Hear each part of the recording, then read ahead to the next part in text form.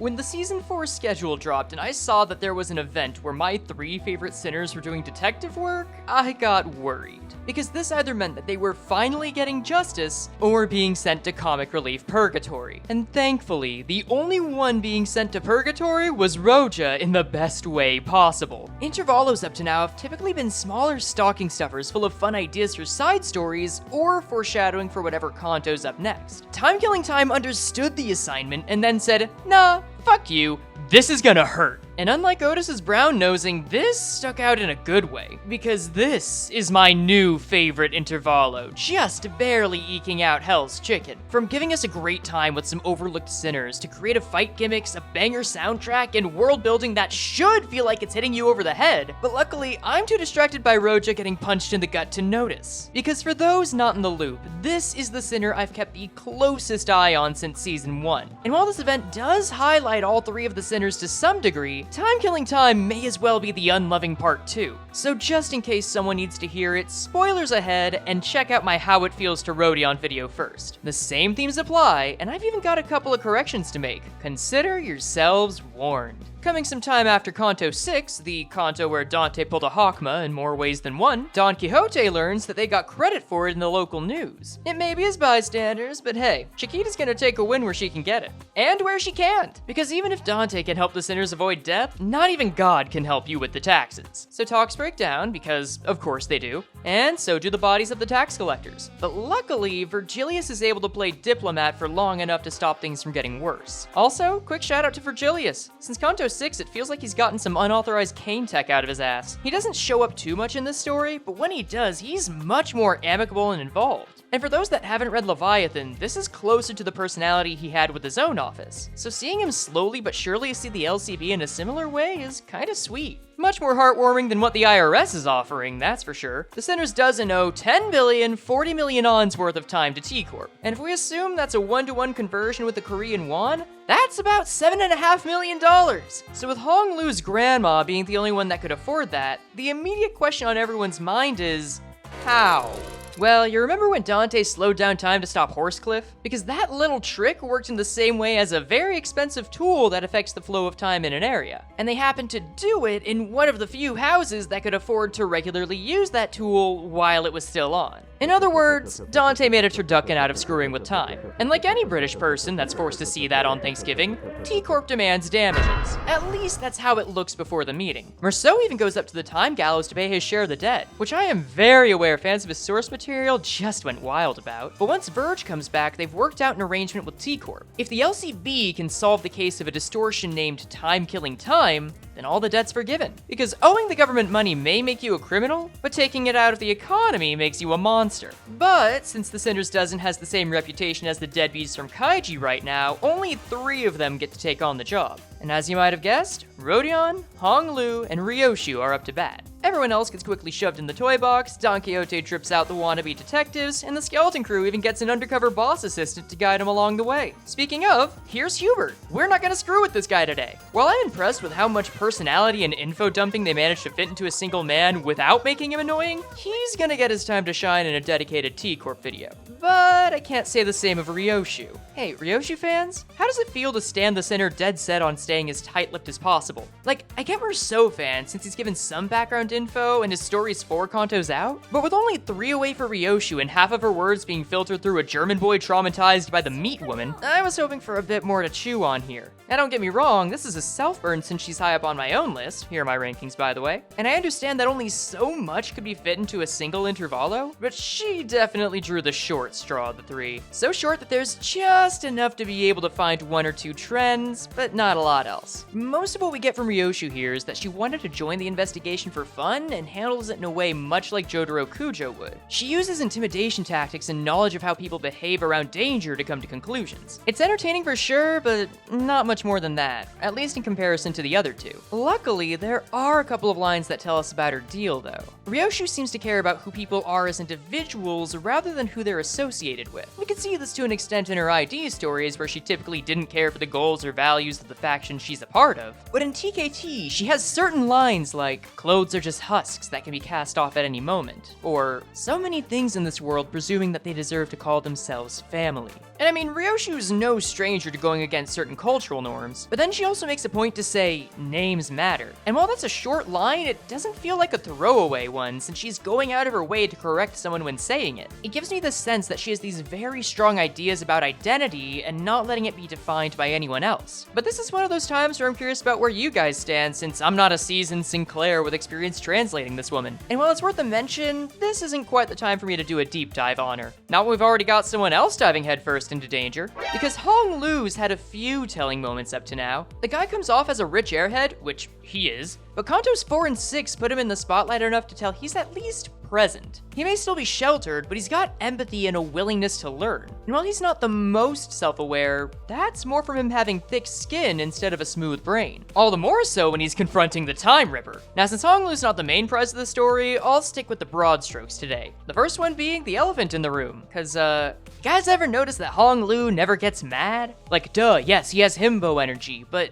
that doesn't explain everything after seeing so many things he could get mad at. Throughout Timekilling time, Hong Lu is willing to put himself in situations that are at his own expense. He asks what kind of person would want to kill a rich person like him to move the investigation along. He smiles while he talks about how his siblings would be the ones most likely to kill him, and he even volunteers to be bait for the Time Ripper. He may not have been in any real danger of losing time, but the man was open to having 1,000 hours ripped from him with a peaceful look on his face. And all of this starts to make a lot more sense when we learn he's taking part in the investigation because of his family's elders' orders. He was told to experience as much of the world as possible as he can before returning home, and caps that off with the reason, because their words better be followed. And I didn't catch any strong resentment or fear or pride from that statement either. He said it with a sense of acceptance, as if it were a fact. On top of that, a large amount of the story is Hong Lu being rewarded for being inquisitive. Like, he reads through Dawn's book by Agatha for inspiration. He keeps an open mind that the Ripper may not be using a distortions ability, but unauthorized technology. And he has a moment with Rodya at the end where he explains how he was so comfortable with being bait because he wanted to understand why people would care about having their time ripped away. Because once he understands something, he has no need to be upset with it, even when it comes to his own siblings wanting to kill them. While there's still a lot to unpack on that front, all of this together suggests that Hong Lu is a curious person that finds peace in getting a wealth of knowledge, even if he's hurt in the process. He doesn't get frustrated like Ishmael would, or masochistic about it like Ryoshu, but even if it's subtle, this method does appear to take a toll on him, which is why he's so passive when the Ripper attempts to take those 1,000 hours away. It makes me wonder if his Kanto is going to confront him with something he can't possibly understand, or push him enough that he can neither endure or default without serious consequences. Either way, TKT's definitely giving me more reasons to keep watch on him for Kanto 8. And thankfully, it was also able to answer a question that's been worrying me for a good while. What do you do with a sinner that's finished their Kanto, but not their story? In many ways, Timekilling Time is the inverse of Kanto 2. The flashing lights of the District 10 casinos are replaced with the dull, desaturated streets of District 20. Rather than going wild on a heist, the sinners are enlisted to solve a crime. And instead of Rodya showing how good she is at impacting the world, this story is about the world impacting her.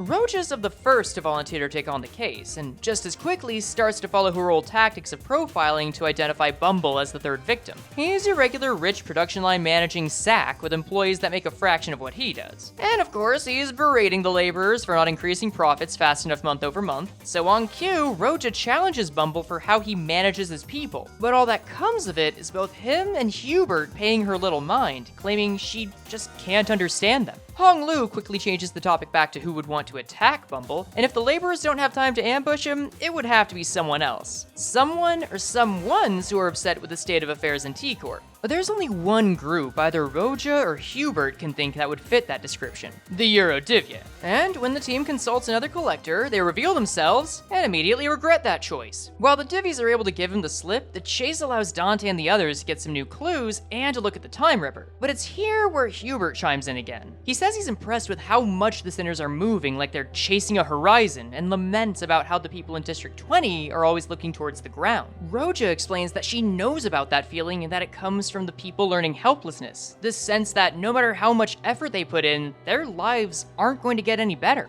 But just like before, nobody pays her any heed. And that's a theme we keep following throughout TKT that was not at all the case in Kanto 2. Rodya may not have set herself apart at every moment, but when she wanted to impact the story, she succeeded. She was the first person to make Sinclair relevant. She stole wish power right before the Syndicate poker game and went on to win without even using it. But this feels different. It feels like she's being even more self-serving here. She gets off track from the investigation when she starts to challenge Bumble and gets more philosophical than practical with her interactions. Even if what she's saying is true, it's not relevant or useful to the people around her. She may technically be correct, but again, the words are serving herself more than anyone else, and that trend only gets worse in the Divi hideout. Once inside, the team has an honestly stilted argument against the captain. Like, I don't know, man, the guy talks like he knows he's a mid-boss. Props for immaculate drip though, I could never do better than that. But once old Riddles is given the axe, Rodya takes another shot at interrogating him.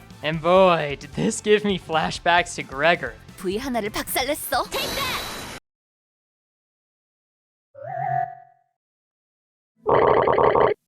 Girl! Ooh!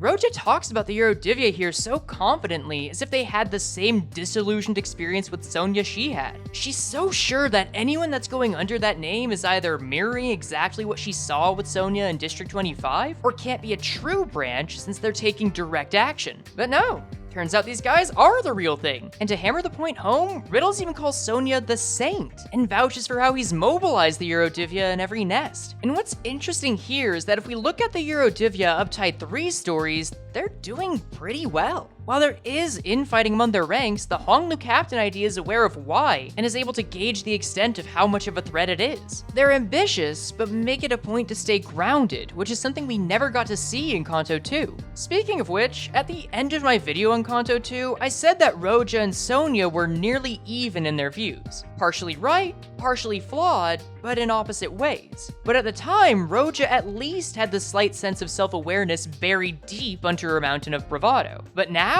all that's in the concept incinerator. Rodya was reckless and improvised a way to try and make things better, which blew up in her face and everyone else's. Since then, she's taken that as a lesson that she can't make a difference and just focused on living for herself. Meanwhile, Sonya's been mobilizing the Yurodiviye, leading them to cause more trouble across several nests. We still haven't seen exactly what they're up to, but Sonya now has something that Rodya doesn't. Evidence. More than that, he's being praised for the very thing she thought wouldn't go anywhere. Like, the best way I can put it is that in her head, Rodya has been keeping this score of hers and Sonya's efforts, having it be at 0-0 for as long as she can remember. It may suck being at 0, but she can at least feel confident that she's there because it's impossible for anyone to do. But now that score's changed from 0-0 into 0-1. And in that change, Sonya hasn't just gotten one step ahead of her, he's shown that he can move while Rodya hasn't. So that one step may as well be an infinity he's putting between them.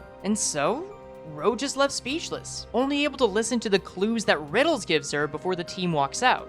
But once they leave, she tries just one more time to get a sense of validation for herself and against Sonya. She asks Hubert, okay, maybe you're not arresting the Yurodiviye because their crimes don't matter on the grand scale, right? But just like earlier, she's totally off base. Hubert says they're a group he believes can make a change in the world. They came from virtually nothing, but slowly grew without any nest being able to get rid of them. And they're doing so without compromising their beliefs. All of this driving home that they're making a change, and Rodya couldn't undo a thing. So now that she's unable to make any case against the Yurodiviye, she goes on the defensive, asking about why anyone else here is even trying to solve the case. And she isn't wild about the answer. Ryoshu's just here for fun, and Hong Lu's here to get his college credit hours. So all she can think is, what will you ever accomplish with such half-heartedness? But yet again, Hubert chimes in to actually her into oblivion. And for me, this was the part where the story started becoming painful to watch, in a good way. Cause I love Hubert. The guy has no business being as likable a character as he is. And that's why I'm especially surprised that he can pull that off while being the person to constantly rain on Rodya's parade. I started to feel it, that knife being twisted in the wound of her mind as the story's showing her trying to do what she thinks is right. but then get proven time and time again that she's not helping. Nobody's even getting mad at her or attacking her for it, which I think is even more sad. You're seeing this person, despite their best efforts, become irrelevant in real time. Because if this were someone like Heathcliff or Ishmael who would get angrier and start to make things worse, then I'd at least feel the intensity of being torn. But since this is Rodya, whose psychological support beam is her self-confidence, and is having that quietly being chipped away piece by piece without any outburst, that's cold. I cried when she struggled to drag out the words, "But I'm not most people." And it showed just how far away we were from the elevator ride at the casino. I love this scene, and it's just as fitting that we're not given a lot of time to stay in it. With the Ripper appearing again in arm's reach, Rodya can't bring herself to run towards him. She's only able to ask Dante if maybe things would have been better if she had taken Sonia up on his offer. Because with his goals now starting to bear fruit, she can't see reality the same way she did before. She's stuck in this state where Sonia acts as a constant reminder of her own limits. So with her failing to get any sense of validation from others, Rodya falls back on masking herself in her usual veil of confidence to finally confront the Ripper. Which, granted, is enough to stay unfazed by Hubert's commentary, but the rubber doesn't meet the road here. The Ripper gives her no chance to even make a rallying cry. He's already a step ahead and ready to taunt her for wanting to be the subject of praise. And as a character, this guy is fantastic. His design, his fight gimmick, and his motivation are incredibly fun. I love the fact that he starts off as someone with semi-understandable motivations, like with every distortion. And seeing his dying brother fall for 21 minutes is a great way to drive the horror of living in this place with so little time. But then as the fight with the Sinners continues, he gets increasingly more desperate, and eventually the entire Time Ripper collective breaks down, resorting to infighting to hold on to what they have. It is an excellent way to show the worst of how both Rodya and Sonia's ideas could be implemented, while saying you're representing the best of them. In this idea that he's not the time killer, but a very selective thief, only for people that are tedious and killing their own time by waiting, feels like a motivation that could only come out of District 20. I mean, yeah, of course, this is the only place where these mechanics work, but the idea of the culture making it that having any sense of boredom is a wasteful luxury is fascinating to me. I'll probably go into it more in my T-Corp video, but I think I've made my point. Great work, Project Moon, great villain, terrible time saint, chef's kiss. But back to the conflict. Rodya approaches the Ripper, ready to finally dig her axe into the guy and get this day over with. But the Ripper, he isn't just reading her like a book. He's already burned through it and gotten Rodya's key page. She thinks she can make another deduction to call him out, saying that he can't possibly take her time. And while she's technically right, her math doesn't check out. The steampunk slasher here is able to take it from anyone mired in tedium, waiting, bored, or in Rodya's case, just plain directionless. The entire day's been about challenging her sense of confidence and becoming complacent because of it. She's never been made more aware that she's stagnant, killing time with nothing to show for it. And when the Time Ripper offers to give her an expedited look at what that feeling's like, she freezes. That last little bastion of bravado falls away and Rodya's defeated without even being attacked. And then for the rest of the story, Rodya takes a back seat to the case, the air turning colder alongside her demeanor. Of course, Dante's the only one with the temperament to pick up on that, but then she starts to get more attentive. When investigating Riddle's body after the Ripper got to him, she remembers an old adage of the Yurodiviye, that they must live like fools in the eyes of others, so that they may see a path invisible to them. She never bought into this before, but now it starts to hit her in a different light. And after the team takes some time to think of a plan to catch the Ripper using Hong Lu as bait, Rodya starts to become a little more inquisitive and curious. Then the rest of the chapter is pretty clean. The Sinners doesn't drive him into the mirror dungeon, he throws a tantrum to some of the best combat music straight out of Studio EIM, and the LCA gets a new chew toy. Hubert opens his mouth again, which we'll address another time, and now that Rodya's taken some of her own time out of the limelight and thought through the day, she takes a chance to ask Hong Lu why he felt so comfortable allowing his time to be ripped away. Like I mentioned earlier, he was comfortable with that due to his desire to understand. But he continues, giving Rodya some comforting insight. She wasn't just scared of the Ripper, but understood him to some degree. And that sensation of what this person is doing making sense, even if it was turned against her, was enough to stop her. Ryoshu, to her credit, also says words, talking about the ways that fear can become much more than that, and an insightful work of art itself. And we start to see this form a new direction for Rodya to take. She's starting to see the flaws in her bullish attitude and ideas on how the world works. It's not the biggest change, but it's enough for her to be able to reflect on herself and ask the question, What right did I have to stop those struggling to change things, no matter how small, when I haven't done anything?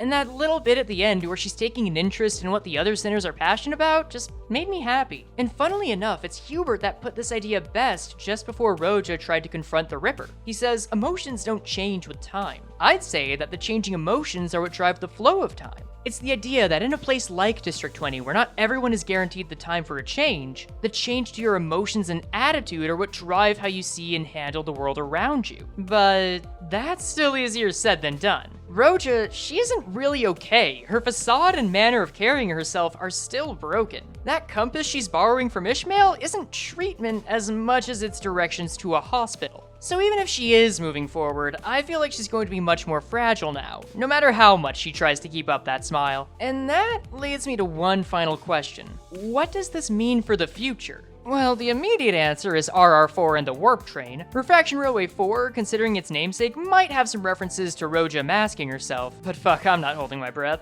It's just as likely this is some new gameplay mechanic where you have to plan a Mardi Gras party for the Fairy Gentleman. And if it isn't, then I'm definitely adding that whenever I stream it. But for Murder on the Warp Express, I'd like to think we'll get at least a crumb. If they actually get on the Warp Train, which is not guaranteed, then it'd be a great opportunity for Rodya to be challenged on her desire to not stay stagnant. Hell, maybe she'd even get a second chance to solve a mystery. But then again, Warp Express is the last intervallo before Dawn's Kanto, the dream ending, and even in that name, I'm seeing some ways for Rodya to get some development here. Now, do I think Rodya should get more development in either of these stories? As nice as that would be specifically for me, I think the best case scenario for the game is if we got the same amount Dawn did in Kanto 2. Just a little something to chew on. But considering that both of Heathcliff's intervalos were in anticipation of his Kanto, it's only right to pass the torch here. But even with time-killing time being given to Rodya, which she desperately needed, there's still the question of how the sinners are going to end their stories. Like, the only sinner I'm convinced has finished their arc is Ishmael. Cause I don't care if Ahab comes back, she learned to let go, and her getting pissy about the whale hag going interdimensional would be a step back in my opinion. Yisong you might be able to argue is also complete, but his evil ex has still put enough of the spotlight on him. And I don't think I need to defend the other four. But